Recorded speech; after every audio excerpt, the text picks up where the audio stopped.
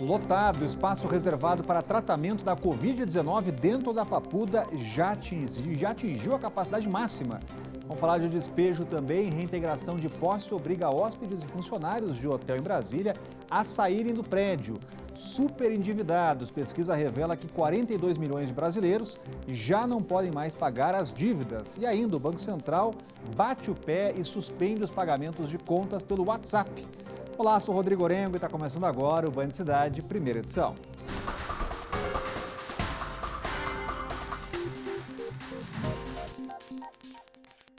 A gente começa essa edição do Band Cidade com um pedido de ajuda. Depois de um incêndio na estrutural, pelo menos 3 barracos pegaram fogo ontem na chácara Santa Luzia. Por sorte, ninguém ficou ferido e hoje foi dia de contabilizar os prejuízos do acidente. Uma grande cortina de fumaça se formou assustando a população. Um desespero registrado em vídeo. Olha aí, gente, o desespero, olha o desespero disso.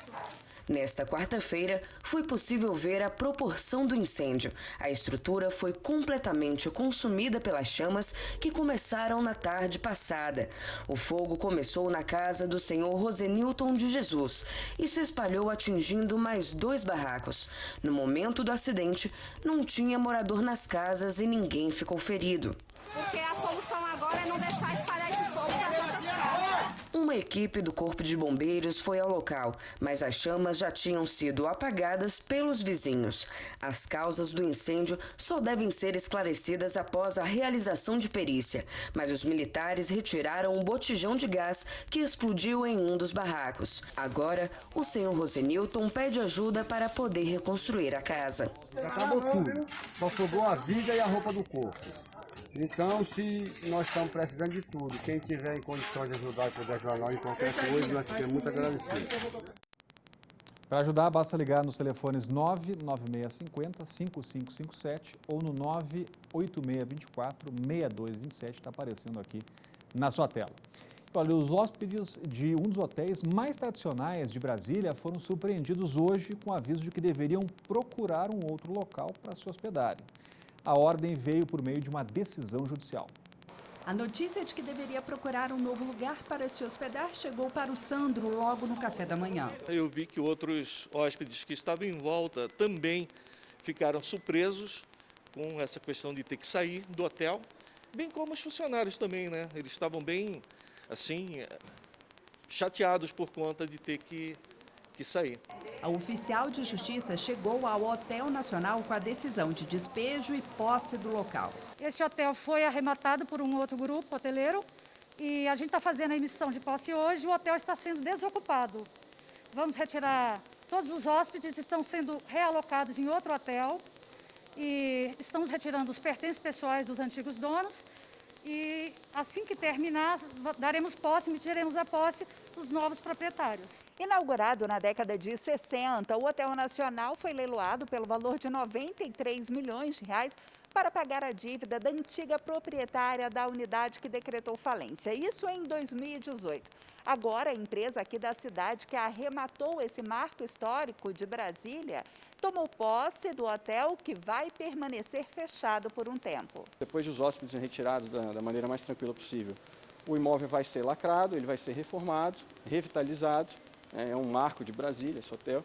Ele vai ser revitalizado e reinaugurado sob uma nova bandeira, com uma nova administração. Além dos hóspedes, os funcionários também tiveram que deixar o local. O futuro deles ainda é incerto. A empresa arrematou o imóvel, né? A empresa Hotel Nacional S.A., que é uma empresa, os funcionários são dessa empresa. O arrematante ele não tem qualquer tipo de ligação ou responsabilidade com esses funcionários. O Hotel 5 Estrelas tem 10 andares e 347 apartamentos e foi aberto um ano após a inauguração da capital, em 21 de abril de 1961.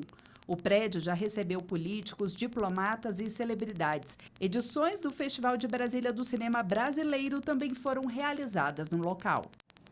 Um estudo europeu revela a relação entre o tipo de sangue e a forma mais grave da Covid-19. Segundo os pesquisadores, pessoas com sangue tipo A correm mais riscos quando infectadas. Você sabe qual o seu tipo sanguíneo? Não me lembro, não me lembro. Na verdade, não sei. Acho que é A, se eu não me engano. engano é A. Mas a classificação do sangue pode ser importante para identificar como o corpo enfrenta o coronavírus, segundo um novo estudo europeu. Geneticistas analisaram amostras de quase 4.000 pacientes da Itália e da Espanha. O principal objetivo era encontrar semelhanças de indicadores entre os casos graves, que precisaram de ventilação mecânica.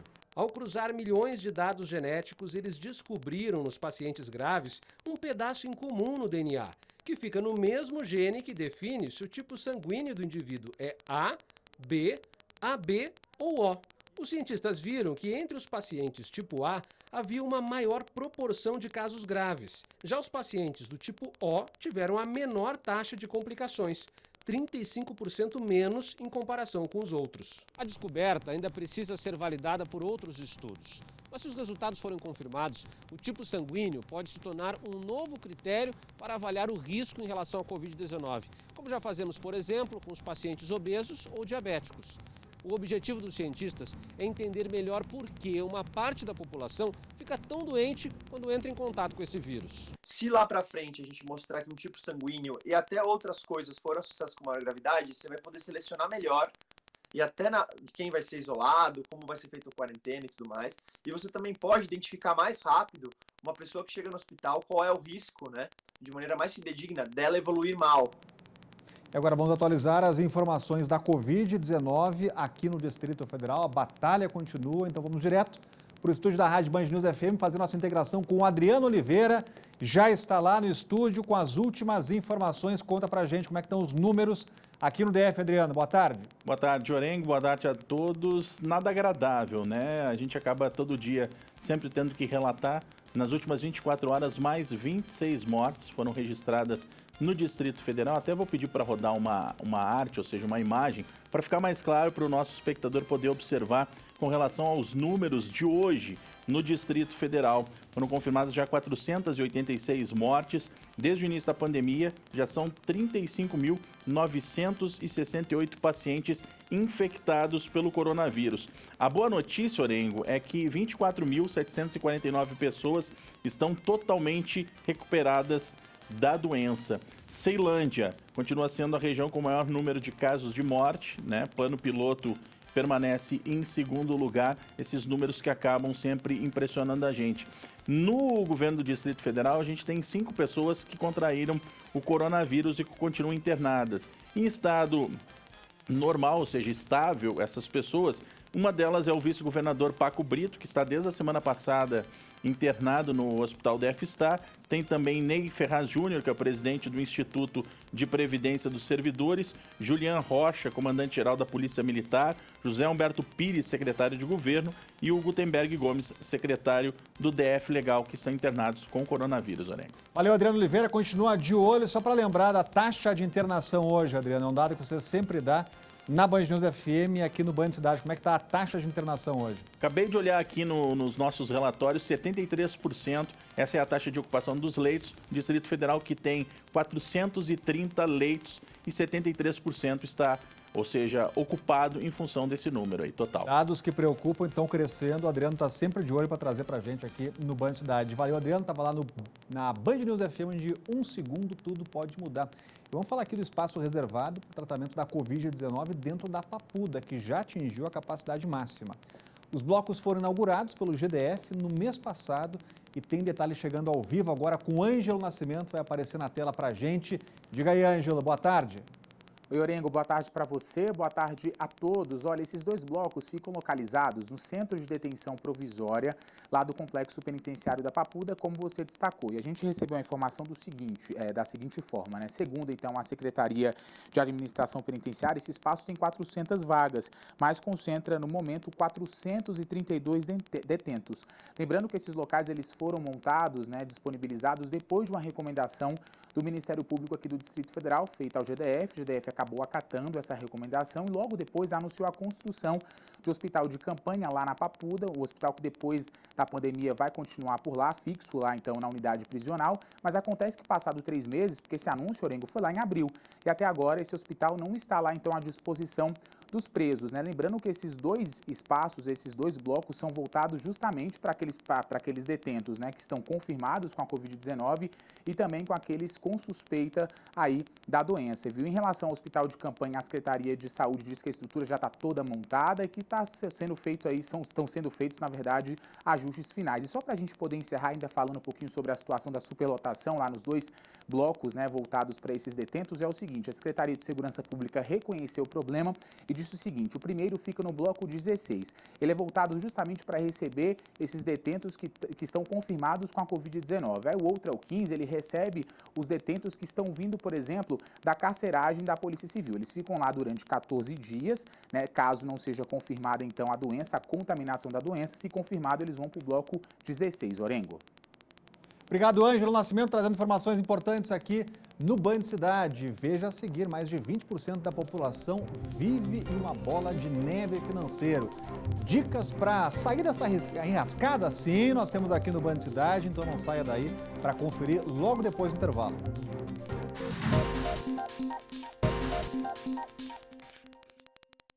A Polícia Federal vai ouvir o presidente Jair Bolsonaro nos próximos dias e é sobre o inquérito que apura uma suposta tentativa de interferência na Polícia Federal. Quem vai trazer mais detalhes é a Natália Paz, direto do Palácio do Planalto. Boa tarde, Natália. Oi, Orengo, muito boa tarde para você, para todo mundo que está nos acompanhando. Exatamente, a Polícia Federal, então, informou o ministro Celso de Mello, do Supremo Tribunal Federal, que quer ouvir o presidente Jair Bolsonaro nos próximos dias nesse inquérito que investiga uma suposta interferência dele na instituição, na Polícia Federal. E cabe, então, agora ao ministro Celso de Mello autorizar esse depoimento. E caso Bolsonaro venha a depor a Polícia Federal, cabe também ao ministro Celso de Mello decidir se esse depoimento pode ser tomado por escrito ou se ele vai ter que ser tomado presencialmente. O gabinete do ministro Celso de Mello, ele nos informou que sim, Celso de Mello já recebeu esse ofício da Polícia Federal e que ele vai analisar esse ofício nos próximos dias, mas não deu um prazo para uma decisão ser anunciada. A gente lembra que essas acusações contra o presidente Jair Bolsonaro foram feitas pelo ex-ministro da Justiça e Segurança Pública, Sérgio Moro, quando o Moro decidiu pedir demissão do governo. De acordo com o depoimento que Moro prestou à Polícia Federal em Curitiba, ele era cobrado pelo presidente Jair Bolsonaro para fazer uma troca no comando da Polícia Federal para ter acesso a relatórios de inteligência. E de acordo com os investigadores da Polícia Federal, esse depoimento, essa oitiva do presidente Jair Bolsonaro é uma das poucas que faltam para concluir esse inquérito que investiga essa suposta interferência dele, do presidente Jair Bolsonaro, na Polícia Federal. Então está nas mãos de Celso de Mello definir sobre essa autorização da tomada do depoimento e também se ele vai poder ser tomado por escrito ou se vai ser obrigatoriamente presencialmente, então com a presença do presidente Jair Bolsonaro na Polícia Federal. A gente segue acompanhando, esperando então essa expectativa de uma decisão do ministro Celso de Mello. Orengo. Valeu, Natália Paz, falando direto do Palácio Planalto. Natália, vamos à conexão aqui com o Ricardo Viúla para tratar de um assunto importantíssimo lá no Congresso Nacional, do Executivo para o Legislativo, passando pela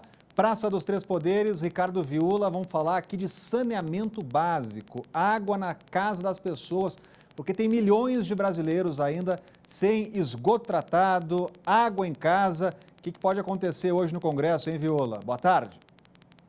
Boa tarde, Orengo. Boa tarde para todo mundo ligado na TV Band.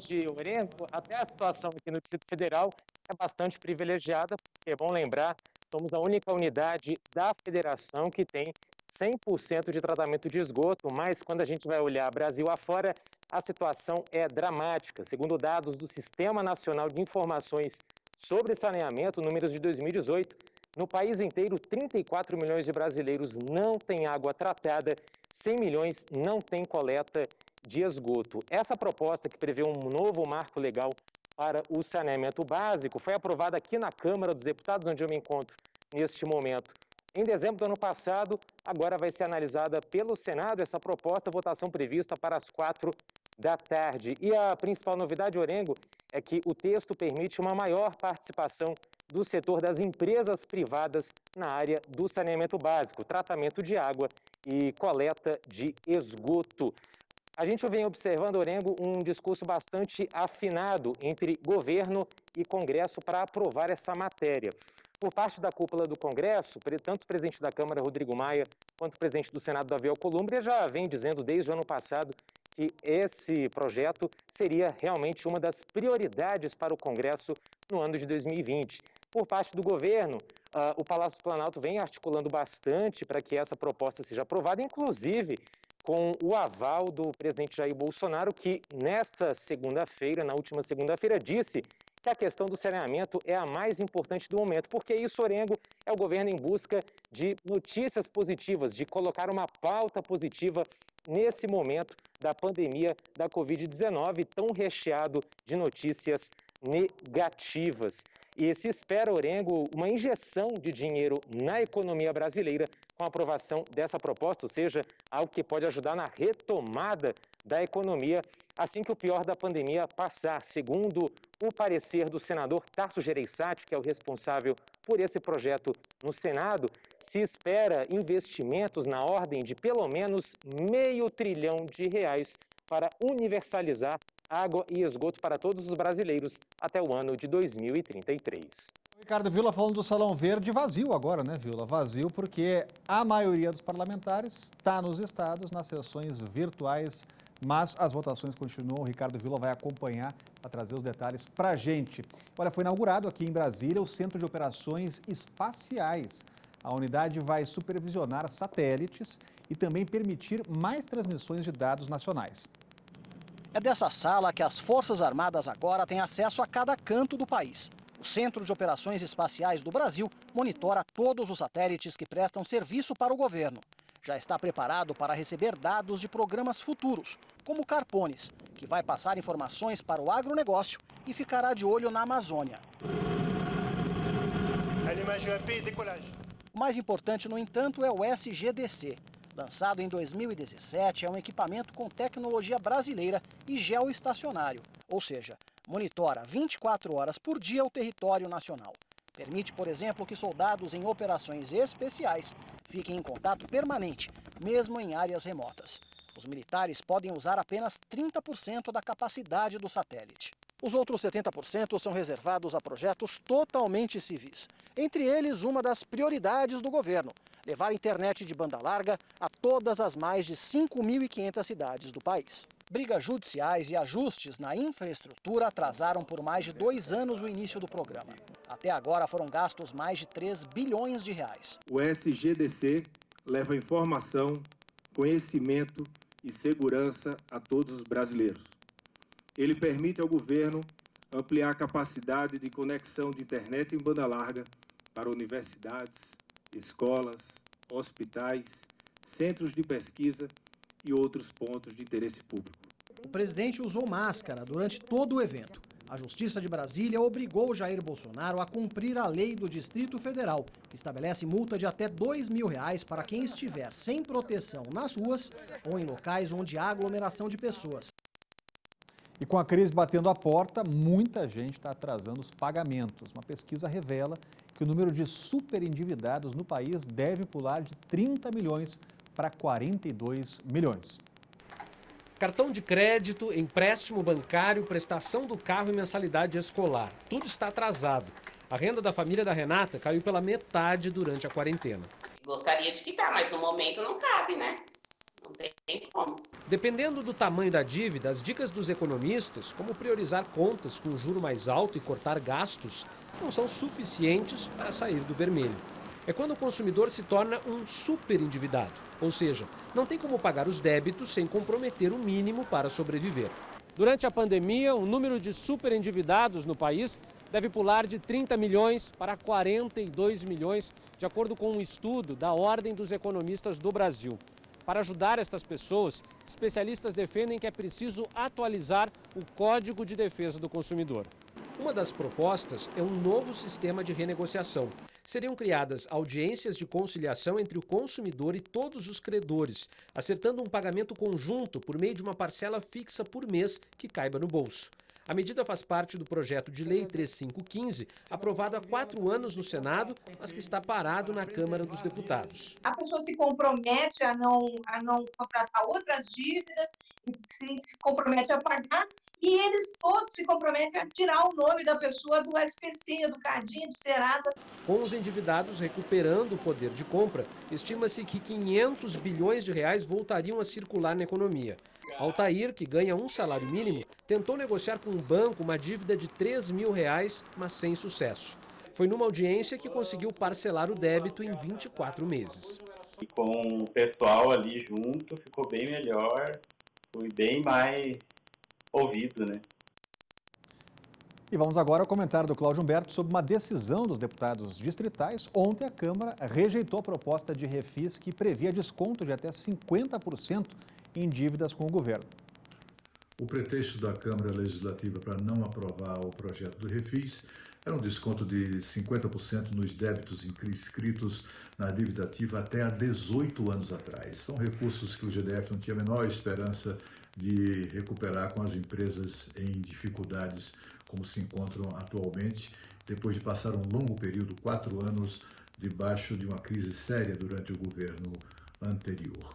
Essa aprovação possibilitaria ao governo recuperar algum dinheiro e possibilitaria, sobretudo, a empresas, centenas, milhares de empresas, a se manterem vivas, gerando renda, gerando empregos e gerando ainda mais impostos para o governo do Distrito Federal. Os deputados distritais demonstraram não terem a menor preocupação com isso, infelizmente. E veja a seguir, uma brasiliense venceu um concurso internacional de fotografia. E o Bandidade volta daqui a pouco mostrando essas imagens.